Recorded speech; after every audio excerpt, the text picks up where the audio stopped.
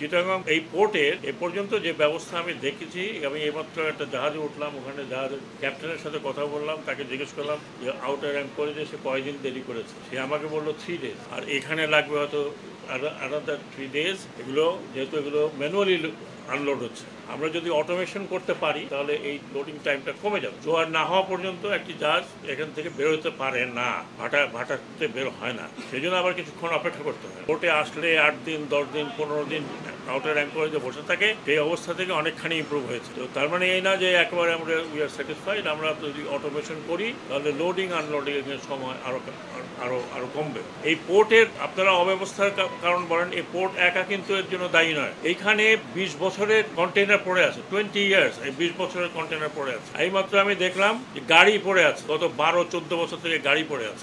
কারণ আপনি যদি পোর্টে জায়গা খালি না করেন তাহলে এত যে কন্টেইনারগুলো আসতেছে এগুলো আমরা রাখবো কোথায়?